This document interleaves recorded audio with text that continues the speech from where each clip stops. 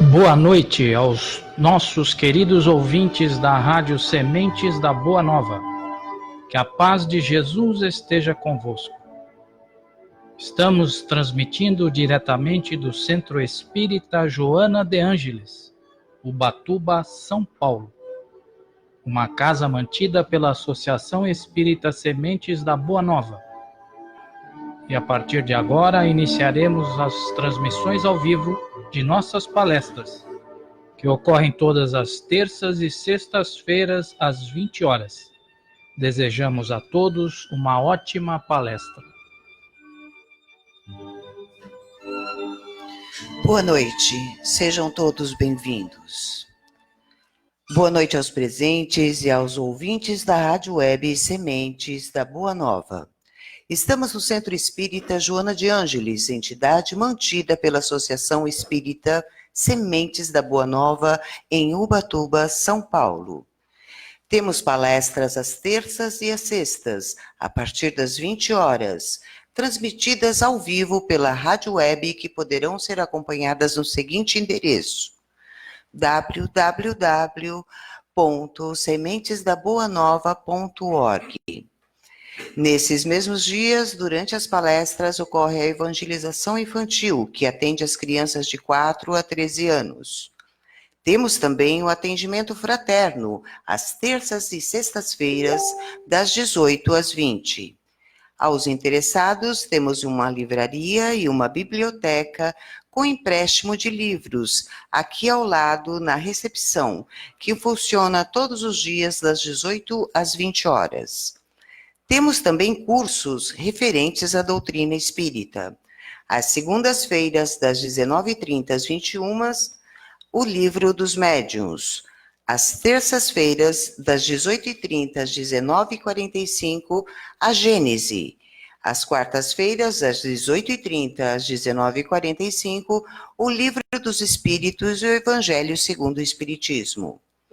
Nossas obras assistenciais abrangem o preparo da sopa aos sábados, a partir das 15 horas, e sua distribuição aos moradores de rua às 19 horas.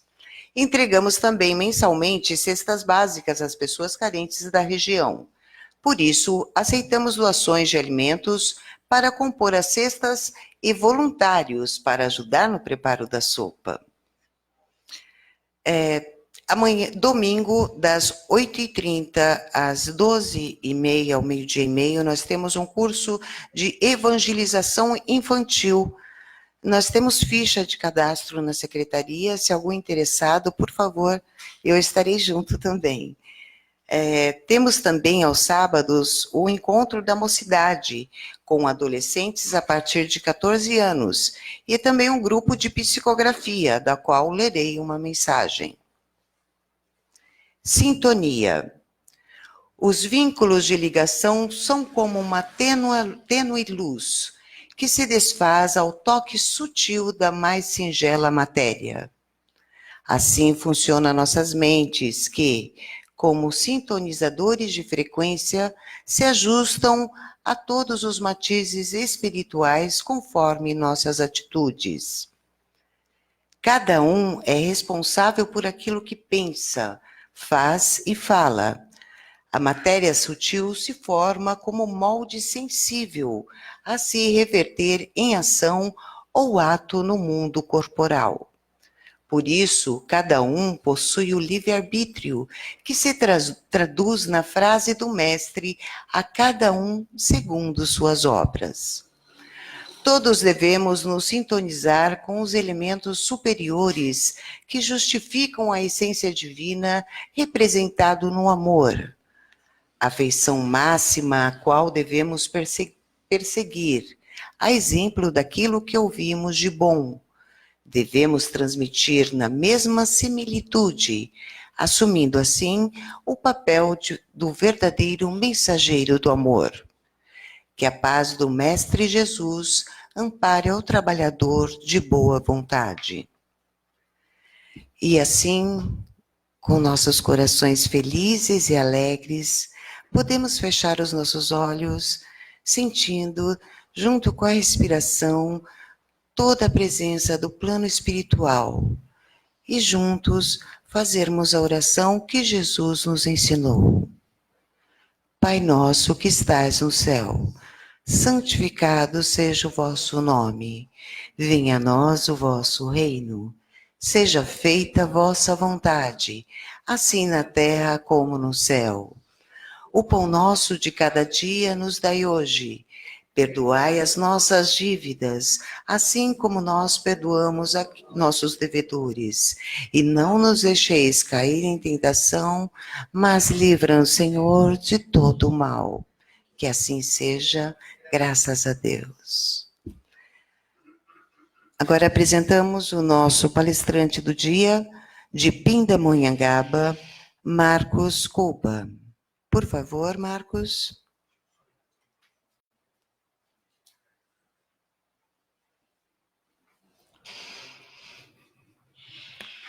Pode começar.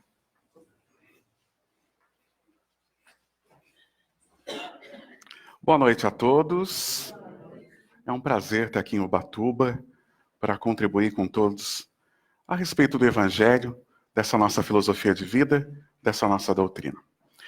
E hoje o nosso tema, que nós vamos estar abordando hoje aqui, é sobre o combate. Quem aqui é combatente? Quem aqui se considera um grande soldado no dia a dia? Não somos? Quem aqui já, às vezes, acorda de manhã, não sente que está indo para a guerra? Ou, pelo menos, coloca a farda, né? Às vezes nem guerra tem. Já acorda com a arma na mão e coloca toda a roupa camuflada e vai para a guerra. Quantas pessoas não fazem isso de manhã? E essa palavra, combati o bom combate, é uma frase que é extraída de uma carta enviada a Timóteo por Paulo de Tarso. Ele envia essa carta a Timóteo. Mas isso também se trata de um tratado de ascensão, de visão, de melhoria do seu espírito. E nós, como bons espíritas que somos, e é sobre isso que a gente vai falar na noite de hoje. E eu conto com o carinho e atenção de todos vocês, tá?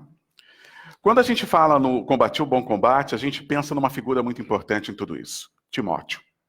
E é sobre esse jovem que eu queria, antes de a gente abordar o tema, antes da gente mergulhar literalmente no tema, fazer com que a gente entenda como que saiu isso. Da onde que saiu essa frase?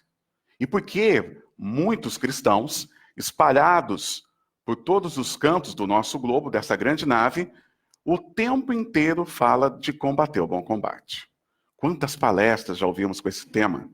Quantos livros, quantas literaturas, quantas temáticas já foram desenvolvidas em torno do bom combate, em torno do bom combate. E é sobre isso que a gente tem que mergulhar na noite de hoje. Partindo já da ideia que não existe coincidência dentro da nossa espiritualidade, nós não acreditamos em coincidência, sim em providência, e não acreditamos também no acaso, e sim nas causas que foram assinadas conforme o seu planejamento reencarnatório. Então a gente já tem uma visão para a gente começar. Todos que estão nessa sala, sem exceção, está dentro de uma providência para ouvir sobre o bom combate. Ou seja, você que veio hoje, não é para o vizinho, o que nós vamos discutir, não é para o seu inimigo, não é para aquela pessoa que você não gosta. O bom combate é para você. É para você mesmo. Você que está sentado aqui, que precisa escutar um pouco sobre o que a gente vai tentar trazer para cada um de nós. Que Joana de Ângeles, na noite de hoje, venha tocando o coração de todos nós, intuindo as minhas palavras, preparando o coração de todos vocês, abrindo os ouvidos e expandindo as mentes, tanto dos encarnados que estão aqui presentes, quanto também das caravanas que, na certeza, chegam também nesse momento, para participar desse momento com cada um de nós. Ok? Estamos envolvidos nesse momento numa grande tarefa espiritual. É importante a gente saber disso. E quando a gente fala em Timóteo, a gente fala de um jovem de Listra, aonde Paulo, diante da sua pregação, conheceu esse jovem e conheceu ele na primeira visita à cidade de Listra. E ali começava uma grande amizade. E o que nós vamos falar hoje é sobre um tributo da própria história de Paulo, de um relacionamento de duas pessoas que formaram uma grande dádiva na construção do cristianismo, na construção do evangelho. E quando Paulo vê Timóteo, ele sente o testemunho. A espiritualidade toca naquele momento o coração de Paulo. E Paulo percebe que naquele momento ele tinha um grande instrumento. Um grande instrumento na mão dele, que poderia ser usado para a propagação da igreja primitiva. E Paulo vê ali também um grande aliado em todas as dificuldades que Paulo ia enfrentar. Não vamos nem entrar na missão que Paulo teve, terrena, aquele Paulo que complicou muito a vida dos cristãos. Mas vamos pensar hoje nessa figura, nesse espírito que conseguiu tocar o alto. Nessa figura que depois de tanta carnificina, de tanta coisa que fez para os cristãos, ele conseguiu num determinado momento tocar um sentido da vida. E daí, eis que ele conhece, dentro da sua peregrinação, ele conhece essa figura de Timóteo, um aliado, que compartilhava com Paulo todos os seus sentimentos. E muitas das cartas que nós ouvimos, cartas a Éfeso, cartas a Corinto, todas essas cartas que nós escutamos dentro do Evangelho, Timóteo estava ali testemunhando. Ele estava ali fazendo parte de cada texto, de cada literatura. Ele viu o sofrimento de Paulo. Timóteo recebe as duas últimas cartas de Paulo, as últimas palavras de Paulo, as últimas cartas que contêm ali o ensinamento de um espírito que passou por todo um processo de resignação e de elevação. Então nós temos uma figura que traz para cada um de nós, um grande testemunho. E é sobre isso que nós vamos falar na noite de hoje. Esse jovem de Listra, de Cônia, né? Cidade onde Paulo foi apedrejado. E no segundo momento que Paulo vai a Listra, nesse primeiro momento, sim, que acontece o encontro dele com Timóteo, com esse jovem. Um jovem tímido, cheio de doença, vivia doente. Mas mesmo assim, até algumas pessoas falam, nossa, teve contato com Paulo de Tarso, viveu, imagina a espiritualidade que acompanhava essas figuras. Imagine a legião de espíritos dentro do projeto da evangelização, imagine só o legado que tinha da pátria espiritual em torno. E mesmo assim, em nenhum momento foi usado para a cura de Timóteo. Mas sim para dar força para Timóteo no seu combate, na sua luta, em tudo que Timóteo tinha que enfrentar dentro da sua missão. Timóteo viu o perigo de perto. Ele viu a perseguição, ele sentiu junto ao lado de Paulo a perseguição. Seu pai grego, ou seja, Timóteo, ele viveu um processo de conversão. Porque até então ele não acreditava no cristianismo, não acreditava nos propósitos de Cristo. Não acreditava. E mesmo porque a gente está falando de uma fase de 17 anos depois de Cristo. Sua data de falecimento vai em torno de 88 anos a 90, 92 anos depois de Cristo, segundo os historiadores.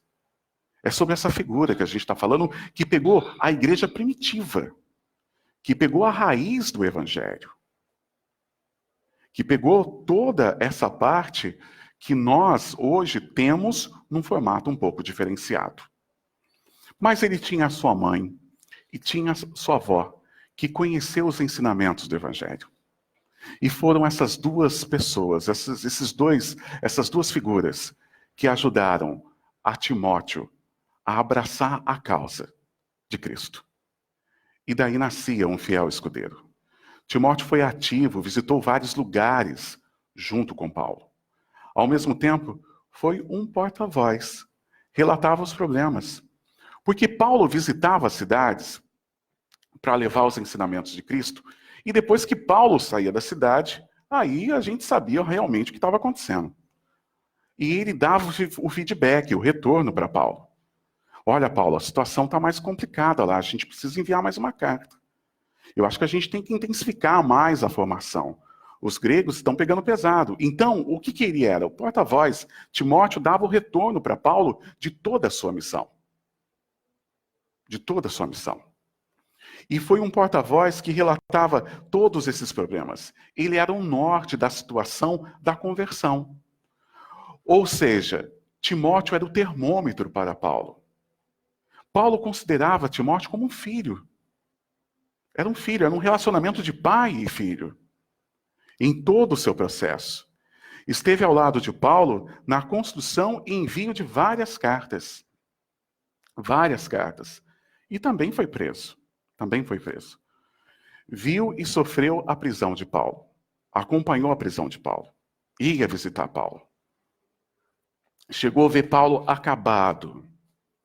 E naquela cena de Paulo perante Nero, que é uma cena que você vê Nero completamente com o seu poder, com poder carnal de matéria, mas ao mesmo tempo você vê ali Paulo cansado, acorrentado, vencido pela idade, mas não vencido pela missão. Não vencido pela missão. Mas alguém que acreditava no propósito e no seu chamado. E acreditava que ele estava construindo uma ponte para todos nós.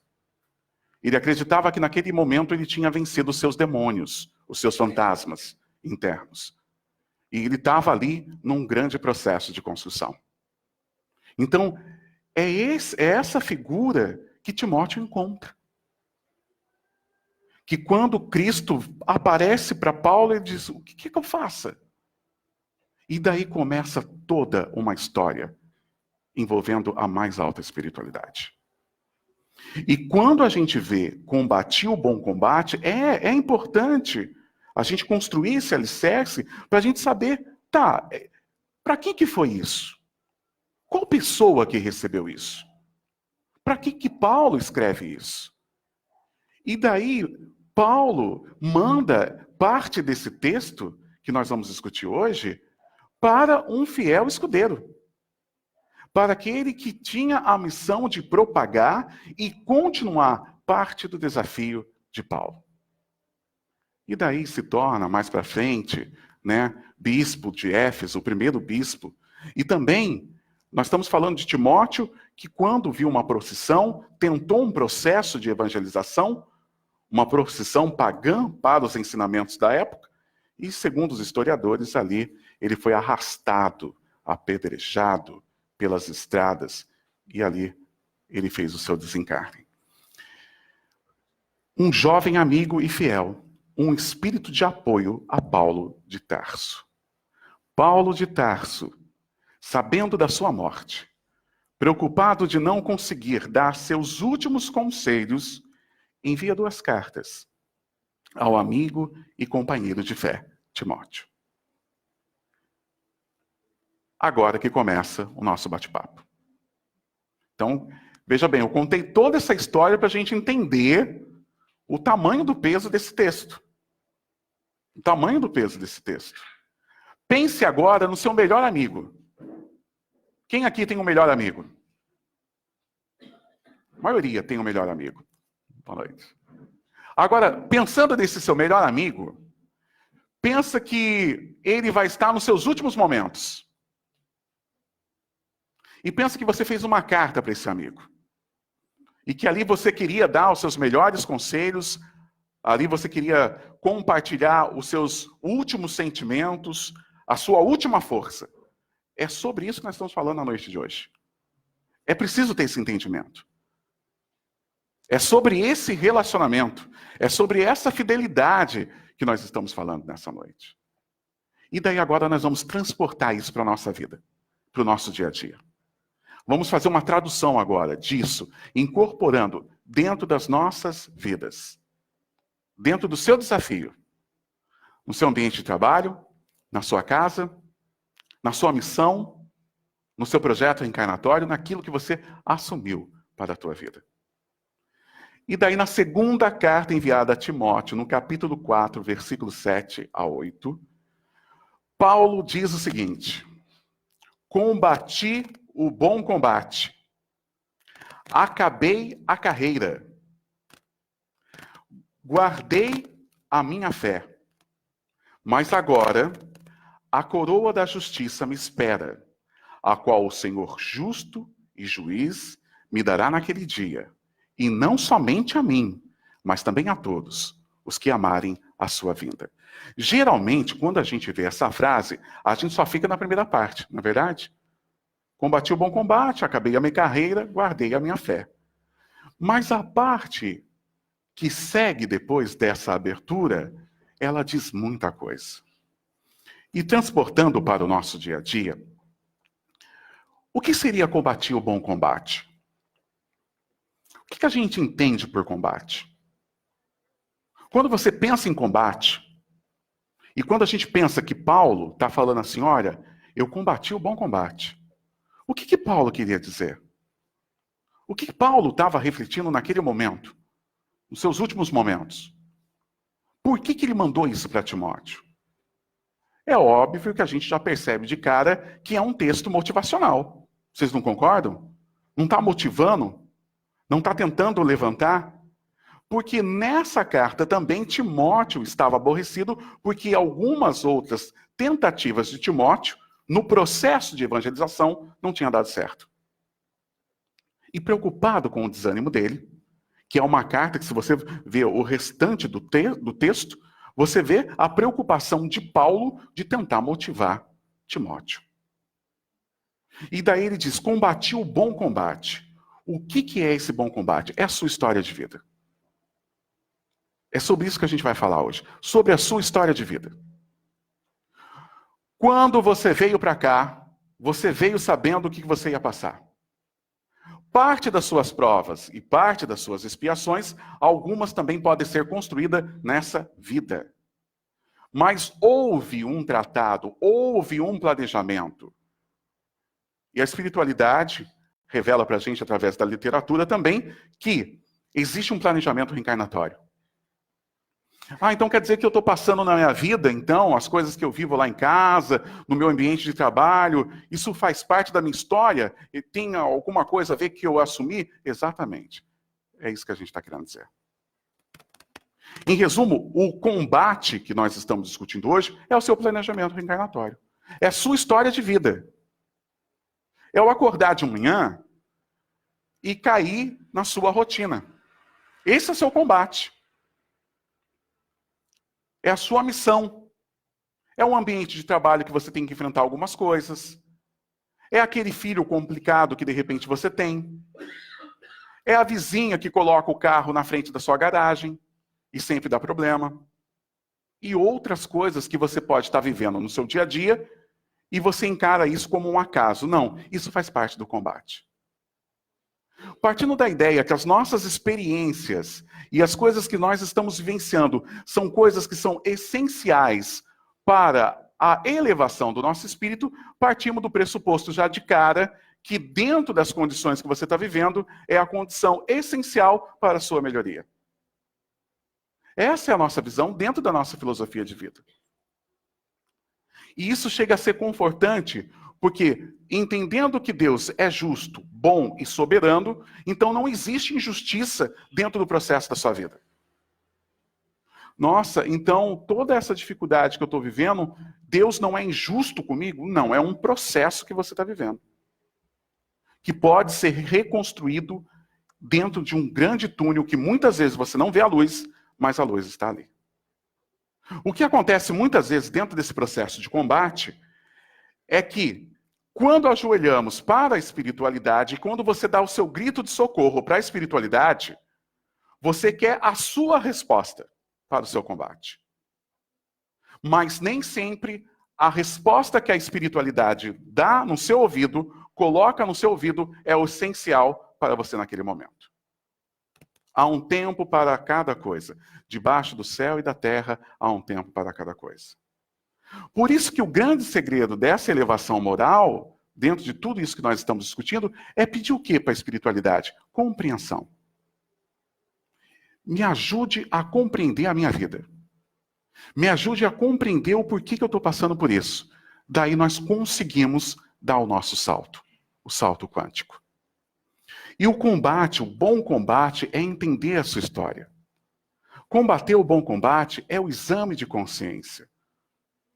Como diz Santo Agostinho lá na 919 e 919A no Livro dos Espíritos. É toda na calada da noite você mergulhar dentro da sua consciência e ver como que está a minha história.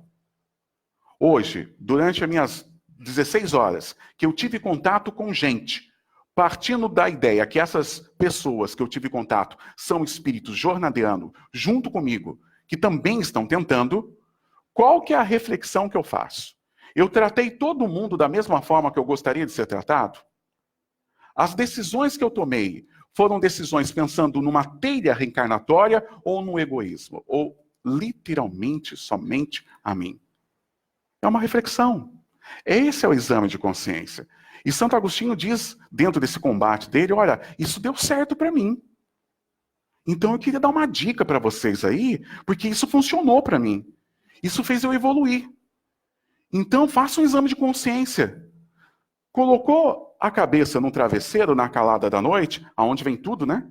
Não é na calada da noite que vem? E daí ali tem insônia, você tem que tomar um remedinho, tem tanta coisa que a gente tem que buscar, aí você tem que fazer uma prece, é ali que vem tudo.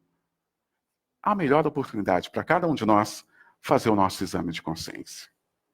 Paulo de Tarso, ele continua dizendo, acabei a carreira. E se acabei a carreira, seria o dia da nossa morte? Não. Acabei a carreira é a toda hora, a todo momento. Porque, partindo da ideia que não existe morte, e que nós somos eternos, qual que é a nossa carreira? Qual que realmente é a sua carreira? Se a gente for pensar de forma de grandeza, é se tornar um espírito puro. Isso é encerrar a carreira. Mas nem quando você se tornar um espírito puro, você vai ficar na maciota. Você vai ser missionário, vai cuidar de um orbe, vai visitar um outro planeta, vai ajudar os espíritos crísticos em alguma formação de um outro orbe. Nem quando você se tornar um espírito puro, você vai encostar no barranco. Porque nós estamos em movimento, sempre em movimento. Então não tem como parar. Então encerrar a carreira é uma missão contínua dentro dessa eternidade. Pensando de uma forma micro, todo dia você tem uma carreira depositada na sua mão. Uma pessoa que chega pedindo um conselho, alguém que pede uma ajuda, um amigo que está em dificuldade, um filho que precisa educar, um neto que está indo para um caminho que não pode ir, um conhecimento novo que você adquiriu que pode ser compartilhado, um livro que você acabou de ler e você está com esse conhecimento brotando, pulsando dentro da sua cabeça e que você pode passar para uma pessoa. Isso é carreira. São fragmentos que nós temos depositado e você como depositário dentro da sua vida. Isso é a carreira. Todos somos depositários. Nós estamos. Nós não somos isso. Hoje eu sou Marcos Cuba. Depois desse desencarne, eu vou ser o meu espírito. Eu vou em um outro processo. Então, enquanto nós estamos aqui, as carreiras acontecem a todo tempo. A cada missão, a cada dia. E quando ele fala dessa carreira, ele fala em terminar essa carreira da melhor forma possível. E quando ele diz, guardei a minha fé. O que seria essa fé? Guardei a minha fé. Quando a gente pensa em fé, a gente pensa no quê? Em acreditar? Fé é acreditar? O que vocês acham? Fé é acreditar? Fé está ligado à entrega. Muito mais do que acreditar, fé é entrega. Sabe o que é fé? É você olhar um penhasco assim, ó, e pular. Se entregar. Você não sabe o que está ali embaixo. Se tem pedra, se tem água, se tem fogo, se tem uma cama elástica, fofa, gostosa para te esperar. Mas você mergulha. Porque você sente que ali existe uma fidelidade. Você confia. É entrega. Tanto que a gente for pegar a palavra fé, lá da raiz dela, ela está relacionada à fidelidade. Fé está linkada à fidelidade. E quando a gente fala em fé, para você ter fidelidade, você precisa ter o quê? Relacionamento. Não é verdade? É só você pensar nos relacionamentos da vida. Você convive tanto com a pessoa que você sabe a roupa que ela gosta, o arroz, se ela gosta de um arroz solto, um arroz papa. Você sabe se ela gosta de um café com açúcar, sem açúcar. Você entra numa loja para comprar uma roupa para essa pessoa que convive tanto, que você tem relacionamento, que existe uma fidelidade, você se confunde até nos seus gostos. Porque é tanta convivência. Por isso que ele diz, Paulo diz, já não sou eu que vivo, é Cristo que vive em mim. Porque tem fidelidade, tem relacionamento. Então, quando ele diz, guardei a minha fé, eu me relacionei com a espiritualidade. Traduzindo para a nossa língua. Nos momentos mais difíceis da minha vida, Timóteo, eu acreditei que existia uma espiritualidade tomando conta da minha vida. Puxando para o nosso idioma. Puxando para o nosso pensamento na noite de hoje. Guardei a minha fé significa que quando você vê aqueles que está tudo escuro, você tem a certeza que você não está sozinho.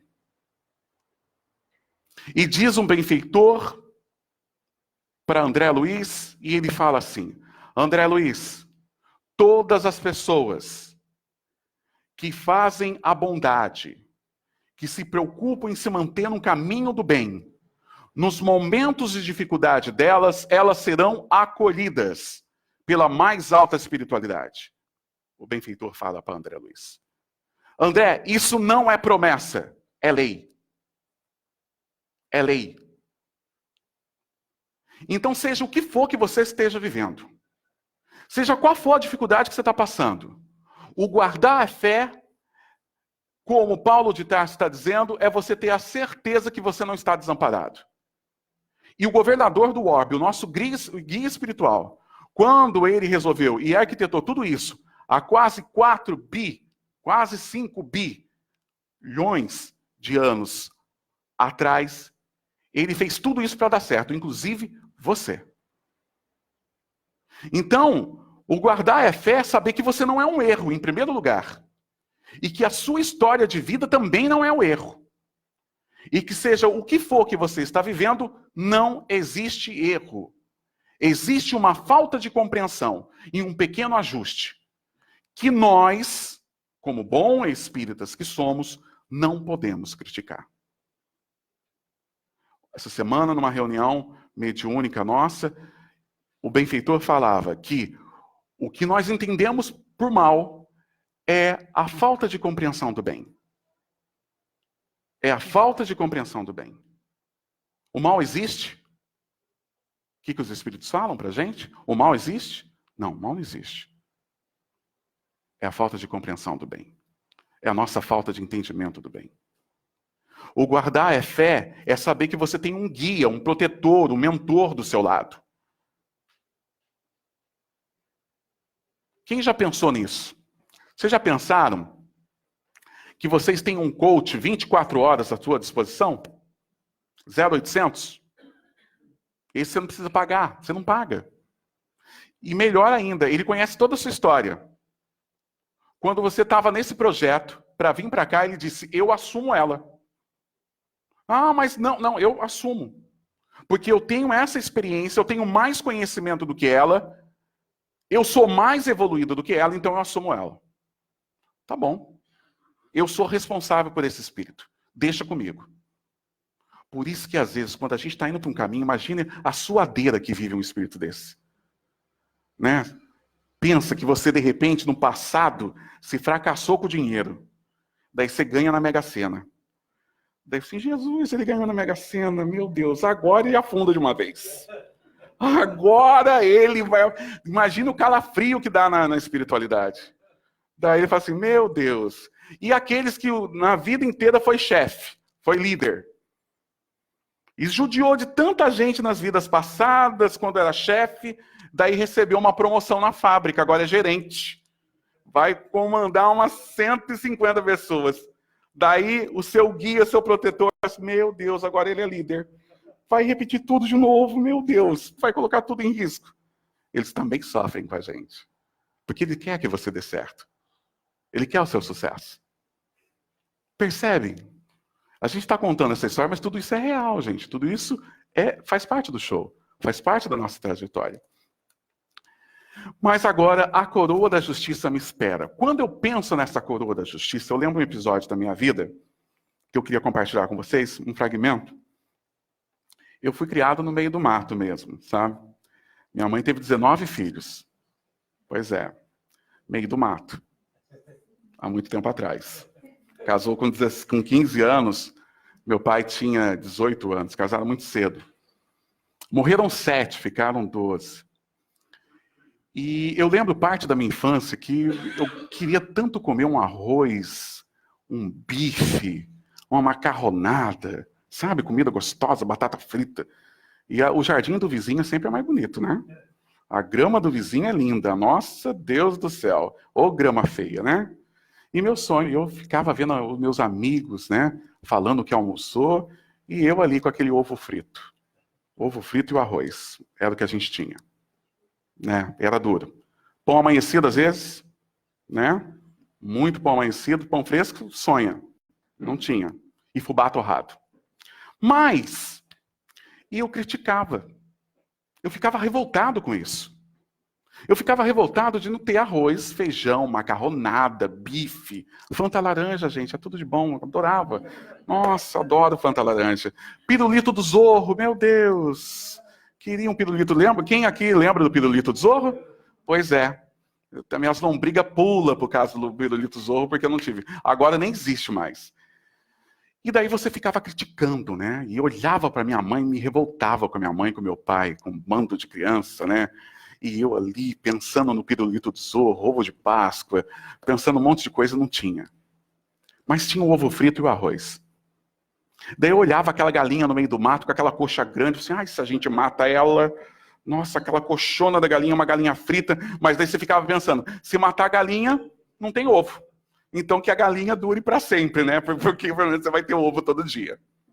Mas depois de um tempo, eu percebi que a galinha que tinha no meio do mato e que a gente corria para pegar esse ovo e arrebentava com o ninho da galinha, ela ficava tão triste, porque toda vez você desmontava o ninho da galinha. Isso era providência. E a gente às vezes tem a dificuldade de ver providência onde não quer ver. Às vezes Deus providencia cada coisa para a tua vida, e às vezes o arroz, o feijão e o ovo frito é providência. E a gente não enxerga. Às vezes a gente enxerga a providência só na batata frita, na macarronada e no bife. Mas no ovo você não enxerga a providência. E quando Paulo diz para Timóteo, a coroa da justiça me espera, porque Paulo, ele recebeu ao longo da vida o ovo frito e o arroz. Ele reconheceu que quando caía no prato dele o ovo frito e o arroz, ali tinha providência. Pergunta da noite. Será que reconhecemos as providências na nossa vida? Ou será que estamos vivendo a vida do outro? Qual vida que você está vivendo? Quando você sai de manhã para a sua jornada e você olha no espelho, que personagem que é você? É você mesmo? Ou você sonha com a vida da novela? Da atriz da Globo? Ou aquela cena de Hollywood, você incorpora e sonha que é o Brad Pitt? É, exatamente. Será que é isso? Porque o seu corpo é o melhor corpo. Inclusive a engenharia reencarnatória arquitetou seu olhinho, seu narizinho, seu cabelo. Tudo isso fez parte do show. Desenharam. A sua aparência é uma aparência que condiciona alguma expiação e alguma prova para você. Que nem o jeito que eu vim. Não sou um Brad Pitt, eu sei que eu não sou. Agora imagine se eu fosse. Eu acho que eu ia perturbar a vida de tanta gente. Então faz vir assim. Então a gente começa a perceber que não existe coincidência. Existe providência até onde você não imagina. Então, o que a gente vê? Ao qual o Senhor justo e juiz me dará naquele dia. Todos os dias da minha vida eu tive o meu ovo. E ele foi justo. Ele foi justo. Vamos partir de uma ideia que você diz, nossa, mas será que esse é o caminho da gente pensar assim? Inclusive aqui hoje, tem muita gente que gostaria de estar no lugar de vocês. Tem gente que gostaria de estar sentado aqui. Tem gente que gostaria de ter a possibilidade de se locomover para vir aqui. E não consegue. Então, dentro de uma linha reencarnatória, você sempre tem um privilégio a mais. Você sempre está numa condição a mais. Porque sempre vai ter alguém dentro desse processo precisando de muito mais justiça do que você. Então aceite a sua justiça, porque ela é a melhor justiça que tem. E ele é justo e bom. Vamos lá. Uma das coisas que a gente pensa na espiritualidade, e eu queria fazer um adendo bem forte sobre isso, a gente reclama muito, né? A gente tem o dom de reclamar. Você viu? Está com um carro novo. Né? Você acha que aquele carro lá não é de salário, não. Está mexendo com porcaria. Mexendo com coisa ruim. Imagina com aquele emprego dele ele consegue aquele carro. Né? A gente fala isso. Você viu a roupa dela? Nada a ver, né? Que roupa horrível que ela está usando. Ela virou as costas e está na internet vendo onde ela comprou. Né? Você começa mais ou menos a ver assim, como é que funciona. Né? Daí você olha, abre o Facebook, você começa a ver um monte de gente viajando para a Europa, para tudo quanto é lugar. Vou fechar minha conta. Porque faz mal ficar olhando no Facebook. Tem um monte de coisa, né? Que a gente começa a se projetar dentro de todo esse universo e esquece de você. Nossa, queria tanto um carro daquele. Porque a cobiça, gente, você querer algo que o outro tem, até aí, a maioria da humanidade, nós estamos no mundo de provas e expiações. Um pezinho para a regeneração. Até aí faz parte do show. Mas desde já que o outro não tenha, daí o negócio começa a ficar complicado. Né? A gente transforma isso em inveja. Mas às vezes, dentro desse muro de lamentações e de comparação, né, nós esquecemos que Jesus e toda a espiritualidade, ela toma conta de você. Toma conta. É o que eu falei da Mega Sena. Tem gente que fala assim, não, quero ganhar na Mega Sena. Ah, beleza. O que você faz? Vou sumir. Mas, vai sumir? Vou sumir. Ah, eu sumo dessa cidade, nunca ninguém vai me ver. E o que você vai fazer com o dinheiro? Vou dar um pouquinho para cada um e sumo. Dou um pouquinho para minha irmã, que está vivendo um negócio meio difícil lá, para o marido dela, com a situação. Eu dou para outra minha irmã também, ó, e sumo. Só vem o Natal e Ano Novo. Então, olha a energia que você deposita já na Mega Sena. Vai vir? Não vai vir. Não vai vir. Uma coisa que a gente precisa entender também, principalmente agora que a gente está entrando, que a gente está nesse processo de transição, indo para a regeneração, qual que é o sistema de comunicação da espiritualidade? Pensamento. Né? O pensamento, através do fluido cósmico universal, através de tudo que você imagina, o pensamento, ele é o sistema de comunicação. Numa velocidade que a gente não tem noção. Então, tudo que você pensa, a espiritualidade pega. E tudo isso se constrói. E também Kardec, ele diz o seguinte, muitas das coisas que nós pensamos, embora ela não se materializa, ela se torna realidade dentro do seu consciente e dentro do seu coração. Quer ver um exemplo disso? Quantas coisas nós sofremos à noite, do dia seguinte, e acaba nem acontecendo. Mas você fica ali fervendo na sua cabeça. Não porque eu vou falar isso para ela, não, se ela vier falar isso para mim, eu vou fazer desse jeito. E você projeta. E o seu coração dispara, a sua garganta seca, você constrói tudo isso. No dia seguinte você chega para trabalhar, oi, bom dia, beleza? Tudo ótimo. Não acontece nada. Daí você olha aqui, igual aquele desenho, né? Otário, né? Você ficou a noite inteira pensando e alimentando e construindo um cenário que não existe. Quantos cenários nós construímos na nossa vida que não existe? Esse é um cuidado que cada um tem que tomar. Mas também, quando a gente olha para essas carinhas lindas e maravilhosas que a gente está vendo aí na tela, mas também a todos os que amarem a sua vinda. A justiça é para todos, sem exceção. Não vai ficar um cordeiro para trás. Não é isso que ele falou? Não vai ficar uma ovelha para trás. Então significa que eu vou alcançar todo mundo? Vai. No seu tempo, no seu momento, com as suas experiências, com as suas reencarnações, você vai alcançar todo mundo. E dentro desse processo de fidelidade, uma das coisas que a gente não pode esquecer, que a fé, esse relacionamento que a gente tem com a espiritualidade, que é uma forma de você conseguir vencer os seus combates, se relacione com a espiritualidade. Mas como é que eu faço isso? Primeiro, mudando sua vibração. Mudando sua vibração. E o que significa isso? Sua vibração está em baixa ou está em alta? Como é que eu sei se a minha vibração está em baixa ou está em alta? Como é que está o seu humor? Você está dando coice em todo mundo? Está lá embaixo, com certeza. Mas eu estou com um sorriso no rosto. O meu bom dia é aquele bom dia insuportável. Sabe aquele bom dia insuportável? Tem gente que tem um bom dia insuportável. Daí a gente olha assim, como é que ela consegue acordar com tanta alegria de manhã? Vibração. Pode falar o que for dela, mas ela está mantendo a vibração. Está tentando, pelo menos.